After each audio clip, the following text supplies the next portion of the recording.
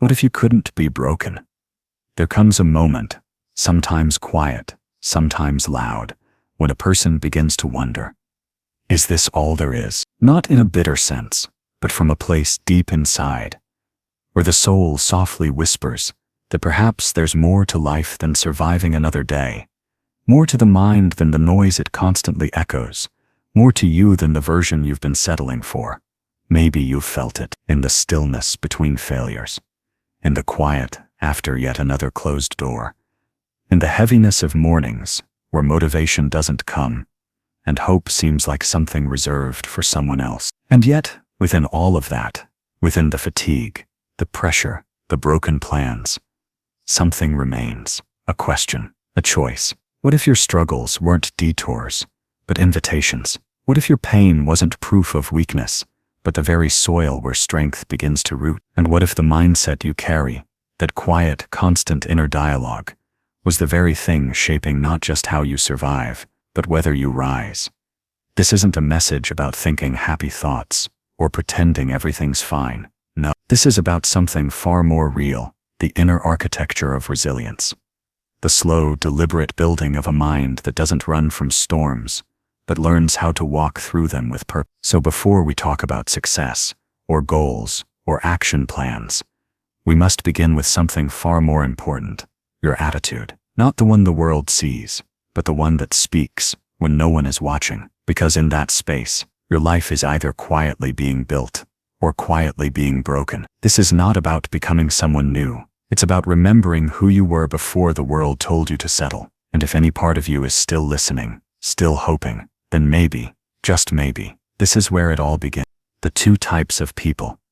Not all storms show up in the sky. Some brew quietly, in the silence between alarm clocks, in the tension behind a forced smile, in that invisible weight pressing on the chest each morning. And in the midst of these inner storms, people choose, even when they don't realize they're choosing. Some surrender, not all at once, but slowly. They adapt to disappointment, learn to expect less from life, and eventually convince themselves that getting by is the best they can hope for. But then there's another kind, the quiet outliers, the ones who still feel pain but refuse to let it define them.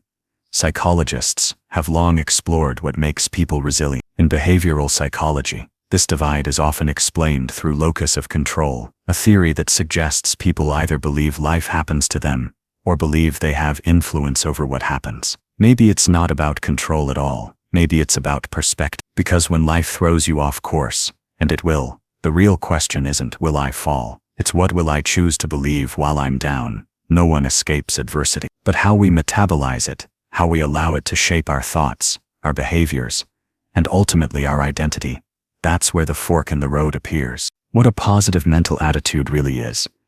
We hear it all the time. Just think positive. But when your world is falling apart, when grief has no exit and anxiety chokes your chest, optimism isn't always enough to hold you. Real positive mental attitude, the kind that endures failure, betrayal, loss, and fear, is not about pretending. It's not about a forced smile. It's a spiritual posture. The refusal to hand over your inner world to outer chaos. This kind of attitude isn't naive. It doesn't deny suffering. It simply refuses to let suffering have the final word. It is cognitive reframing in motion. The conscious choice to interact with reality in a way that preserves your strength. Viktor Frankl once wrote, "Everything can be taken from a man but one thing, the last of the human freedoms, to choose one's attitude in any given set of circumstances." True positive mental attitude is quiet, steady, and often unseen. You won't find it in the loudest person in the room, but in the one who continues walking long after others have stopped. The power of purpose. There is a strange kind of heaviness that settles in when we move without a why. Days blur, meaning fades, action becomes routine rather than inspired, and slowly we confuse movement with alignment.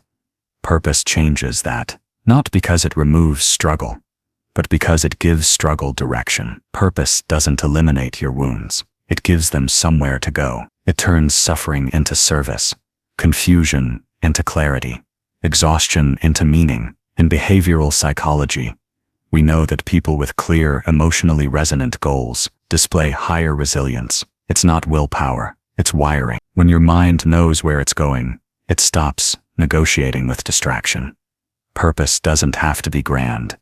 It only has to be real, personal, felt. And once you have it, everything else, even pain, begins to make sense. The most powerful conversation you will ever have is the one you're already having, silently, endlessly, with yourself. Autosuggestion is the science and art of programming the subconscious with repeated, emotionally charged language. In psychology, this is neuroplasticity in motion, the brain rewiring itself based on repetition. Most people don't realize their inner dialogue is shaping their identity. Whether you say, "I always fail," or "I am becoming stronger," your subconscious accepts the narrative and builds around it. Change begins with deliberate self-speak, not whispering hopes, but declaring intentions. Your mind is a garden, plant consciously, speak daily, not to impress the world, but to remind yourself of who you're becoming. The role of discipline. Motivation may spark change, but only discipline sustains it. It's not about feeling ready. It's about choosing to act even when resistance shows up. Discipline is structure. It's the daily honoring of your vision when comfort calls louder than growth. In behavioral terms, it's habit formation, routine, and intentional boundaries. Discipline is what bridges identity and action. It's how the future you is built, one boring, unseen decision at a time. You don't need perfect plans. You need consistent motion. Discipline doesn't scream. It whispers, "I show up no matter what." Redefining adversity. Adversity isn't the opposite of success. It's the training ground for it. The difference isn't whether it shows up, but how you relate to it. In positive psychology, this is known as post-traumatic growth, the capacity to turn struggle into strength and setbacks into stepping stones. You don't choose your storms, but you do choose your stance. Whether it breaks you or builds you depends on the meaning you assign to it. And meaning is always your responsibility. You are not a victim. Hard things happen. That's life. But identity is what you build in response. Victimhood is seductive because it absolves responsibility, but it also steals your agency. You are not defined by what happened to you. You are defined by what you create from it. This is attribution theory at play.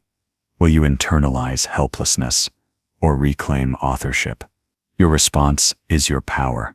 Choose it wisely. Protecting your mental environment.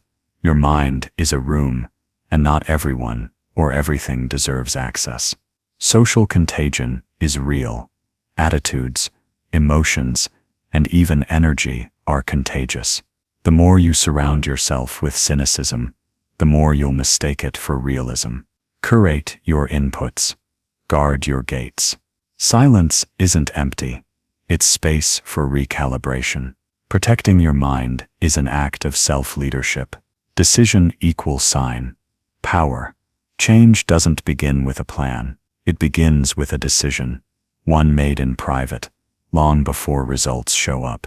Deciding who you are and what you'll no longer tolerate is identity in action. Cognitive dissonance teaches us that once you decide, your brain rewires to reduce the gap between belief and behavior. Decision isn't about confidence. It's about commitment. One firm choice realigns your entire trajectory. Chief, definite aim. Without a clear, emotionally compelling aim, the mind drifts. A definite chief aim, a vision that ignites your inner fire, gives your energy structure, and your actions purpose. It isn't about outcomes. It's about who you become by pursuing something that matters deeply. Every step you take in service of that aim becomes sacred. When things get hard, and they will, your aim keeps you anchored. Final power truths. You don't fail when you fall. You fail when you stop moving. Growth attribution, the belief that even setbacks serve you, is what turns pain into progress. You are not your fear. You are not your delay. You are not your mistakes. You are what you choose to build next. And that choice, to rise, to speak power, to act with clarity is what makes you unbreakable. The unbreakable you. So here we are. You've made it through not just a message, but a mirror. And if you've listened closely, you'll know this wasn't about tips or tricks or tactics. It was about a reckoning, a remembering, a return to the version of you that's always been there, quietly waiting. Not for the world to hand you certainty, but for you to claim your own. Because, let's be honest, life will not slow down to make you comfortable. It will test you, disrupt you, ask you again and again, do you mean what you say? Will you rise again today? And your answer, not with words, but with choices, is what will write the story of who you become. You don't need to have it all figured out. You don't need to wait until you feel ready. You just need to decide, today, right now, that your mind is no longer for rent to fear, to doubt, to every passing storm. It is yours. And in claiming it, you begin to shift something greater than your thoughts. You shift your trajectory. So speak it, not just once, but daily. Not just softly, but with conviction. Speak it until your cells believe it, until your spine straightens when adversity calls, until your dreams stop waiting and start moving. Say it with me, not because I say so, but because deep down, you already know it's true. I am not breakable. I am not finished. I am not afraid of the fire. I am what the fire made. This is your beginning, not because it's easy, but because you're ready. And if you ever forget, come back here, re-listen, re-remember, recommit.